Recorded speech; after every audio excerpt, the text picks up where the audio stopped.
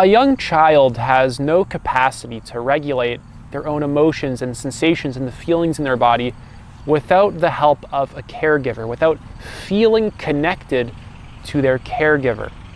Self-regulation isn't something that a very young child can do. So when a very young child experiences something that's overwhelming, they have no choice but to disassociate from it. When an emotion is too overwhelming or a circumstance, right, they disconnect from it.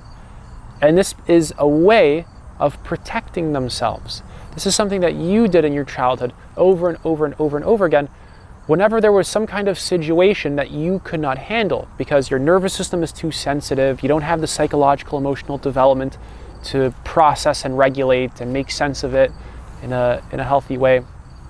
So instead, you have no choice but to disconnect. And essentially, this leaves us feeling extremely fractured internally later on in life. And this happens a lot in childhood. I'm just going to leave it at that. So as we begin to become more internally fractured, right, as we begin to disassociate from ourselves in childhood, we cast these parts of ourselves into the shadow. Essentially, these wounds, what they are, is we're just withdrawing our awareness from a part of ourselves, right? There's some aspect of us that exists. We're just withdrawing awareness from it because it's too painful, right? It's holding on to some kind of pain. It's stuck there, etc. I'm not going to go into too much depth about that right now. And integration is just bringing awareness to all these parts of ourselves once again, right? Being able to feel into the repressed grief or the repressed shame or the embarrassment or like the constant need for approval, the fear of being rejected, etc., whatever the wound is.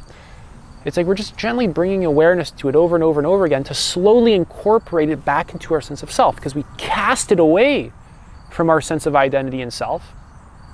And then we actually project it onto the external world, right? When we have a huge shadow, for example, we start projecting our shadow onto other people or the world. Right? And then as we begin to integrate all these parts of us, right, we increase our integration levels, right? We become more whole within ourselves. We start to project less and less and less. We feel more connected to ourselves. The nervous system becomes more regulated, etc. So bringing awareness into where we've withdrawn from is essentially how to really begin to heal our psyche and our emotional system. And I really want to point you towards your body because your body is like this warehouse for a lot of your repressed pain. You'll notice that it's tense in certain areas. It's like hardened in certain areas. It's not soft and open. It's just like hard and closed. Right? You'll notice that it has all these sort of reactions and like movements in relation to certain feelings. Right? All of the stuff that you repress gets stored in the body. Your body's a highly intelligent system. Your body's extremely intelligent. It's often far, far more intelligent than most of the thoughts that you have in your mind. So a big part of integration is being able to inhabit your body, being able to bring consciousness into your body. Do you feel present within your feet right now? Do you feel yourself within your body right now? Do you feel yourself within your gut? Do you feel yourself within the side of your body?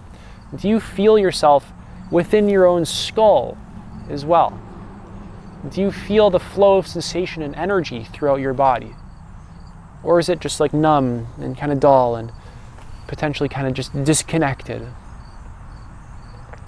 So a big part of this integration work is simply inhabiting the body. Very simple idea.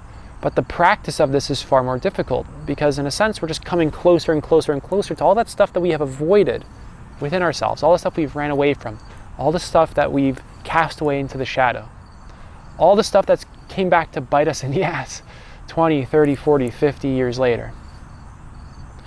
And it's all this stuff that we're really afraid of. We don't like this stuff. We hate these parts of ourselves. That's why we've cast them away into the shadow, and we have to come face to face with that the more we inhabit our body.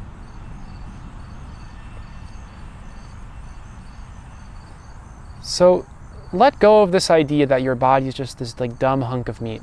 Because your body's not a dumb hunk of meat. Your body's a highly intelligent, highly complex, energetic system. So I talk a lot about meditation in a lot of my videos. I'm not going to talk about it too much here, but essentially meditation is just observing and bringing awareness to experience. Observing and bringing awareness into your body. And as you bring more awareness into your body, it naturally starts to heal. A lot of the emotions that were trapped in it start to process and be let go of. A lot of the hardness and the rigidities within the body begin to soften and open. A lot of the closures in the body begin to open.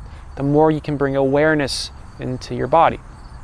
So in a sense, it's like we're opening to our experience in a less and less conditional way. Whereas we would open to our experience when we get what we want, when we get the person that we want, or we get the money that we want, or we get whatever particular thing that we want.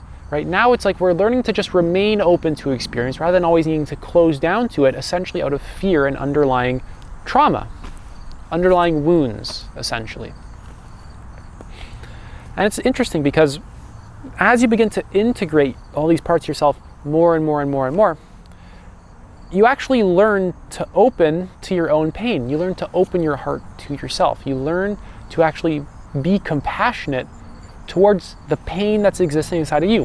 When you stub your toe, what's your reaction? It's just like, oh, fuck. Like you hate your toe. When your body is in pain, it's just like, oh, like my stupid knee. Or it's like, oh, my stupid nose is plugged, right?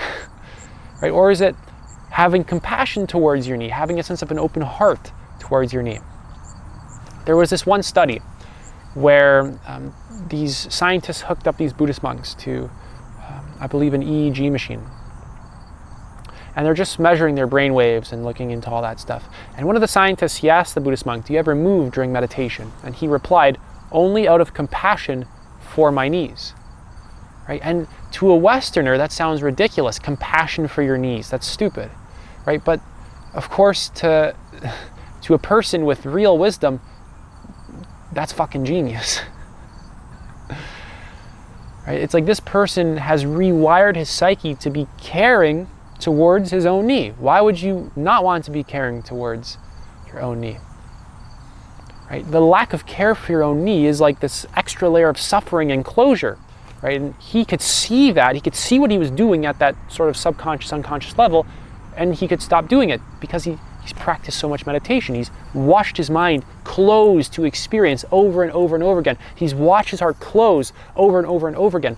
He's watched himself just shut himself down from experience over and over and over again to the point where now he can start to just open up and open up and open up and be more unconditionally open because he's seen the pain of shutting down. He's seen that that's brought him nothing but suffering. It hasn't actually helped him. It's just added an extra layer of suffering. There's a beautiful cat right here. It's like white and black. Its belly is white and it's like back and top of his head and tail are black. It's absolutely beautiful. So over time, as you begin to integrate yourself more and more and more, practice opening up your heart to yourself. And what I mean by opening up the heart here isn't like a hippy-dippy open up the heart. I mean this in a very literal sense, actually. You'll notice that your heart is intelligent as you raise your consciousness. Your heart's not stupid. Like I said, your body's not stupid. Your heart is very intelligent. It's actually talking to you. It has neurons in it. It's actually giving you signals. So you can feel if it's kind of rigid and tense in your chest area where your heart is. Or you can feel if there's like muscles protecting that sort of energy center. Or if you can feel if it's like soft and open. Right? You can feel if it's like numb and dull. Or if there's energy flowing through it.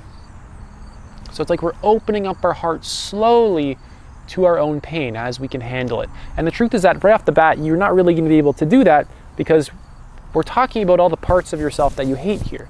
So you're going to hate these parts of yourself for a bit, but as they become more and more included in your sense of self, naturally you'll start to care about them more and more and more. As you feel more identified with them, you'll care about them more and more and more and more. Because they're just going to feel like a part of you. And I'm sure you want you to be well. You want to feel good. You want to feel alive, vital, connected to life, connected to yourself, connected to other people, connected to nature and the environment around you, connected to the very source of creation itself. That's it for this video. If you're interested in working with me one-to-one, you can apply to do so. Link is in the pinned comment. Take it easy.